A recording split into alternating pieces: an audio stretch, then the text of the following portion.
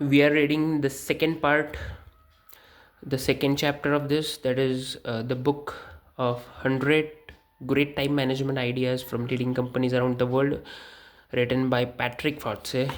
This is the second part, that is plan work, work plan.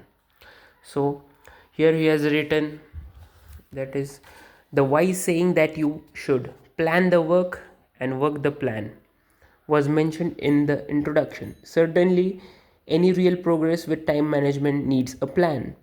This must be in written and must be reviewed and updated regularly. For most people, it means a daily check. So, the idea. To repeat the idea, here is simply to have a written plan and regularly check it and update it. What is needed is this sometimes called a rolling plan. Not only is it updated regularly, it also provides a snapshot of your workload ahead at any particular moment. As such, it should show accurately and completely your work plan for immediate future and give an idea of what lies beyond. As you look ahead, there will be some things that are clear a long way forward. For example, when an annual budget must be prepared and submitted, other areas are less clear, and of course, much cannot be anticipated at all in advance. At the simplest, such a plan is just a list of things to do. It may include a daily plan, a weekly plan, a commitments that occur regularly, a plan for the coming month. So the exact configuration will depend on the time span across which you work. What is important is that it works for you, that it is clear, that it is clear that different kinds of activity show up for what they are, and that everything links clearly to your diary and appointment system. How such a list is arranged and how you can use it to improve your work effectiveness form part of a content of this book. But the existence of the system and the thinking that is regular review prompts is important in its own right. It is basic factor in creating a time management discipline, and it provides much of the information from which you can make choices. What you do, delegate, delay, or ignore, in what order you tackle things, and so on.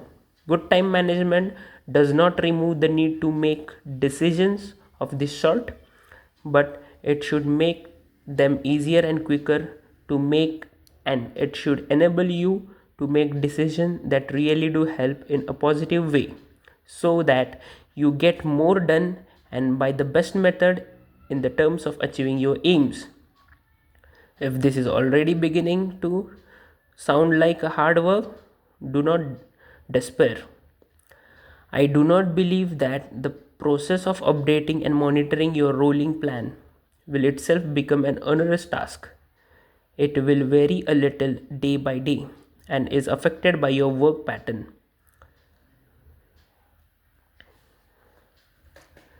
But on average, it is likely to take only few minutes.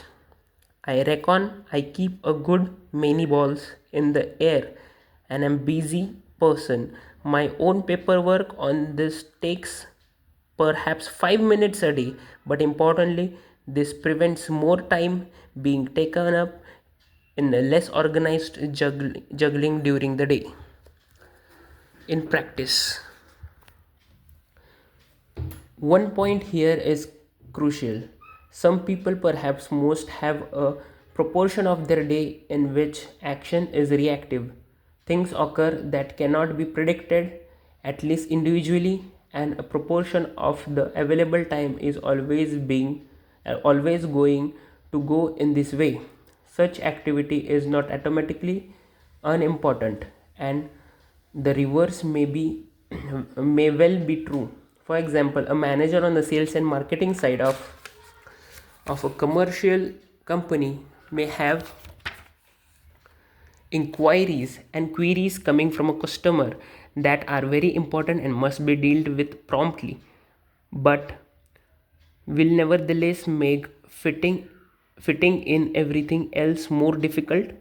Sometimes the reaction to this is to believe that because of this reactive element, it is not possible to plan or to plan effectively. The reverse is true.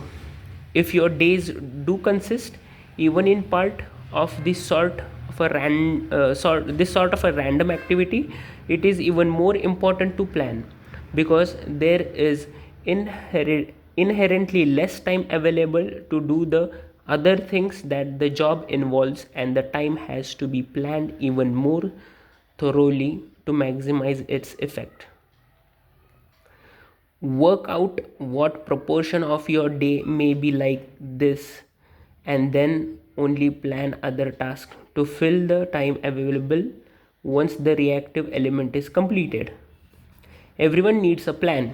Everyone can benefit from having a clear view of what there is to be done. If you do not have this, then the work of setting it up will take a moment, but it is worthwhile, and as has been said, it need not take long to keep up to date. Once it is in place, you can evolve a system that suits you and that keeps up with the way in which your job and its responsibilities change over time. So this was it. This was the second part: plan work and work plan.